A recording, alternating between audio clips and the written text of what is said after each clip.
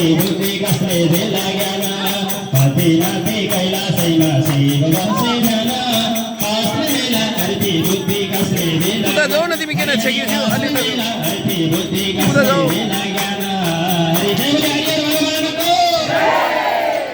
कैलाशवासी भगवानको माथि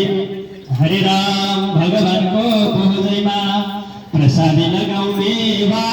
भगवानको पूजैमा प्रसादी लगाउने